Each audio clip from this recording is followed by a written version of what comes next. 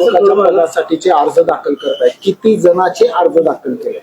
किती जणांचे असं नाही, स्वीकृत नगरसेवकांसाठी पार्टीने ज्यांना आदेश दिलेत त्यांचे अर्ज भरायला सांगितलेले आहेत. आता जे इच्छुक आहेत त्यातली जी शॉर्टलिस्ट केली होती पार्टीनी एक 20 जणांची, त्या 20 जणांना अर्ज भरायला सांगितलेले आहेत.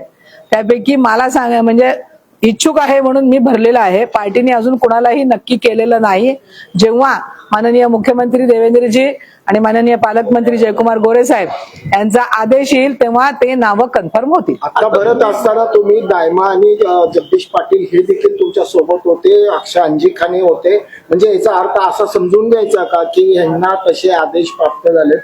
आदेश कोणालाच दिलेला नाहीये. मी आपल्याला मगाशी सांगितलं की ज्या पार्टीकडे अर्ज आलेले होते त्याच्यातल्या 20 लोकांना आपण स्वीकृत नगरसेवक होण्यासाठीचे अर्ज भरायला सांगितलेले आहेत. त्याच्यातले 9 लोक परवाच्या 20 तारखेच्या बोर्डामध्ये नक्की होती. आता तुम्ही येण्यापूर्वी महापौरांना सर्व नेत्यांची पण भेट झाली आपली, त्याच्यामध्ये काय शॉर्टलिस्टेड वगैरे झालं असतं? सांगितलं की मी 20 लोकांना भरायला सांगितलेले आहेत, त्यापैकी 9 लोक नक्की होती. गोपनीयता नाही, आता प्रत्येक गोष्टीमध्ये गोपनीयता असणार ना पक्षाचं म्हणल्यावर.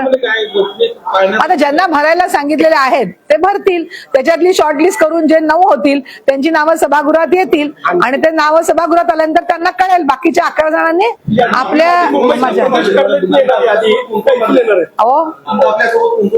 आता माझ्यासोबत दायमा होते, जगदीश पाटील होते, अक्षय अंजिखाने होते. हे त्यांनी त्यांचे अर्ज सादर केलेले आहेत.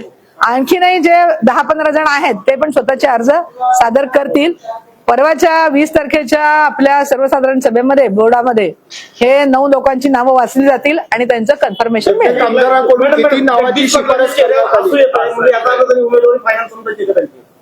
आता प्रत्येकाच्या उमेदवाराचं हसू येणार ना, या 20च्या 20 लोकांच्या चेहऱ्यावर हसू असणार आहे की आपल्याला भरायला सांगितलंय म्हणून.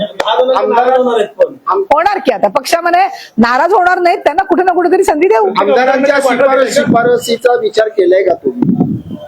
आमदारांची शिफारस त्यांनी जी सुचवलेली नावं आहेत आमदारांनी किती असं काही ठरलेलं नव्हतं. असं समीकरण वगैरे काही ठरलेलं नव्हतं त्यांना. नाही तसं काही नाही. सर्वच आमदारांना विचारणा करण्यात आली होती. त्यांनी जी नावं दिली त्यांनाही अर्ज भरायला सांगितलेले आहेत. त्याच्यातले काय नक्की होतील ते तुम्ही परवाच्या दिवशी बघा.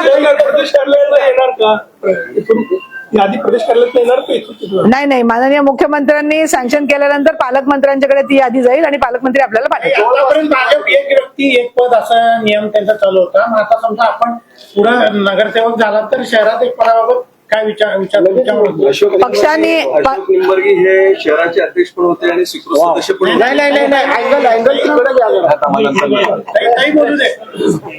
हे बघा, एक व्यक्ती एक पद. आता माननीय प्रदेश अध्यक्ष पण आमदार आहेत आणि प्रदेश अध्यक्ष आहेत, जे लोकप्रतिनिधी पण आहेत आणि ते प्रदेश अध्यक्ष पण आहेत. पक्षाने जर असा विचार केला आणि मला आदेश दिला तर कोणतंही पद सोडायला मी तयार आहे.